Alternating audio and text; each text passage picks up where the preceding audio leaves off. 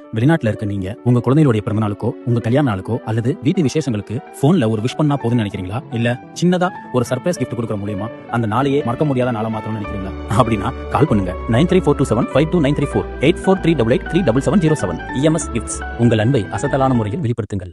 Hello viewers, lifestyle Tamil YouTube சேனலுக்கு உங்க எல்லாரையும் வரவேற்கிறதுல ரொம்ப மகிழ்ச்சி. இன்னைக்கு இந்த வீடியோல எதை பத்தி பார்க்க போறோம் அப்படின்னா, குவைத்தினோட ஒரு சின்ன அப்டேட்டோ அதோட இன்னொரு முக்கியமான ஒரு தகவலை தான் இந்த வீடியோல பார்க்க போறோம். யாருமே எதிர்பார்க்கவே இல்லை இப்படி ஒரு சம்பவம் நடக்கும் அப்படின்ட்டு. அது மாதிரியான ஒரு சம்பவம் தான் இப்ப நடந்திருக்கு. அது என்ன அப்படின்றத பாக்குறதுக்கு முன்னாடி குவைத்தினுடைய ஒரு சின்ன அப்டேட்டை பார்த்தலாம். என்னன்னா, இந்த டிக்டாக்ல, யூடியூப்ல, இன்ஸ்டாகிராம்ல எல்லாம் வந்து பாத்தீங்கன்னா, குவைத்துல வந்து சில இருக்கக்கூடிய இன்ஃபுளுசரும் சரி, சில பிரபலமா இருக்கக்கூடிய நபர்களும் சரி, ஸ்டார்ஸ்ன்னு சொல்லுவாங்கல்ல, நட்சத்திரங்கள், அவங்க வந்து ஒரு ப்ராடக்டை பொறுத்து ஒரு ப்ராடக்டை வச்சு அல்லது ஒரு கம்பெனியை வந்து முன்னிறுத்தி அதை அட்வர்டைஸ்மெண்ட் பண்றாங்க அப்படின்னா, அந்த மாதிரி அட்வர்டைஸ்மெண்ட் பண்ணும்போது இனி வரக்கூடிய காலங்கள்ல அதுக்கு வந்து சில ரெஸ்ட்ரிக்ஷன் கட்டுப்பாடுகளை விதிச்சிருக்காங்க. எல்லாமே கஸ்டமர்ஸுக்கு வந்து பாதிப்புகளை விளைவிச்சிடக்கூடாது. ஏன்னா இல்லாத பொல்லாதையும் இருக்கிறத இல்லாதது இருக்கிற மாதிரியும் பல மாதிரி வந்து விளம்பரங்கள் போட்டு மக்களை வந்து முட்டாளாக்கிடக்கூடாது அப்படின்ற ஒரு விஷயத்தை கருத்துல கொண்டு குவைத்தினுடைய அரசாங்கம் வந்து இந்த மாதிரியான ஒரு விஷயத்த கொண்டு வந்திருக்காங்க.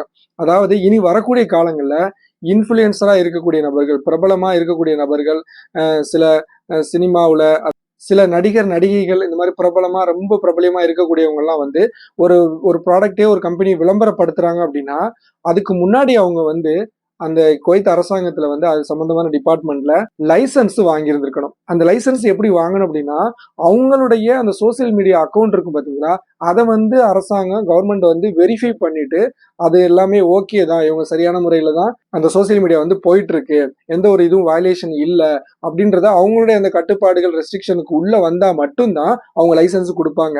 அந்த லைசன்ஸ் இருக்கக்கூடியவங்க மட்டும்தான் அஃபீஷியலா ஒரு லீகலாவே ஒரு ப்ராடக்டையோ ஒரு கம்பெனியோ வந்து அட்வர்டைஸ்மெண்ட்ல வீடியோவாவோ அல்லது போஸ்டராவோ எந்த ஒரு இதா இருந்தாலும் போட முடியும்.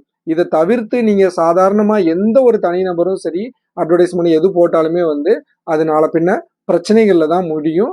இது இனி வரைக்கும் இப்போ வந்து இது வந்து அமல்படுத்தப்படல. இந்த சட்டம் வந்து முன்மொழியப்பட்டிருக்கு, இன்னும் இது அமலுக்கு வரல. வரக்கூடிய காலங்களில் இது வரலாம் அப்படின்ற மாதிரி எதிர்பார்க்கப்பட்டு இருக்கு. அடுத்து ரொம்ப ஒரு சோகமான ஒரு தகவல் என்ன அப்படின்னா, பார்த்திருப்பீங்க, தற்போது சற்று முன்னாடி சில மணி நேரங்களுக்கு முன்னாடி கத்தார்ல நடந்த குண்டுவெடிப்பு.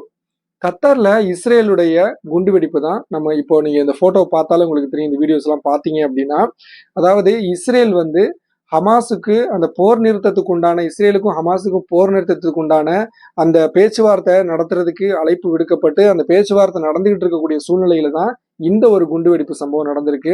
நம்ம அங்க இருந்த உறவுகளை நம்ம கான்டாக்ட் பண்ணி பேசின வகையில இது வரைக்கும் பாத்தீங்கன்னா, இந்த குண்டுவெடிப்புல 7 குண்டுகள் அங்க வந்து ட்ரோன் அட்டாக்குகள் வந்து விழுந்திருக்கிறதாவும், நிறைய கட்டிடங்கள், வீடுகள், அதாவது ரெசிடென்சியல் ஏரியாவில தான் விழுந்திருக்கு, வீடுகள்லாம் சேதமாயிருக்கிறதாவும், இது வரைக்கும் 16 பேர் இறந்திருக்காங்க. அது எந்த நாட்டவர்கள் என்ன அப்படின்றது தெரிய வரல. இது வரைக்கும் 16 பேர் இறந்திருக்காங்க அப்படின்ற தகவலும் வந்திருக்கு. ரொம்பவே வருத்தமான சோகமான ஒரு தகவல். இதுக்கு கத்தார் வந்து மிகவும் கண்டனம் தெரிவிச்சிருக்காங்க. இது வந்து சர்வதேச அளவுல வந்து இது ஒரு விதிமீறல், இந்த மாதிரி பண்ணக்கூடாது அப்படின்றதையும், இது எந்த ஒரு அறிவிப்பும் இல்லை அப்படின்றதையும் ரொம்ப கண்டனம் தெரிவிச்சிருக்காங்க. அதை தொடர்ந்து பாத்தீங்கன்னா, சவுதியினுடைய இளவரசர் முகமது பின் சல்மானும் வந்து பாத்தீங்கன்னா கத்தாரினுடைய இந்த இஸ்ரேலுடைய அட்டாக்கு வந்து ரொம்ப கண்டனம் தெரிவிச்சிருக்காங்க. கத்தாருக்கு நாங்க முழு சப்போர்ட் பண்றோம் அப்படின்ற மாதிரியும் தெரிவிச்சிருக்காங்க.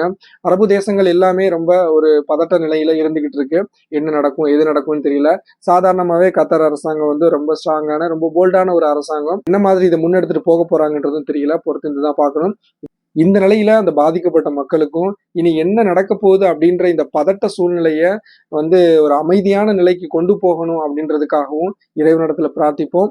இந்த தகவலை உங்க நண்பர்களுக்கும் ஷேர் பண்ணுங்க. இது சம்பந்தமான கருத்துக்களையும் மறக்காம கமெண்ட் பாக்ஸ்ல தெரியப்படுத்துங்க. மீண்டும் ஒரு நல்ல பதிவில் சந்திப்போம். நன்றி.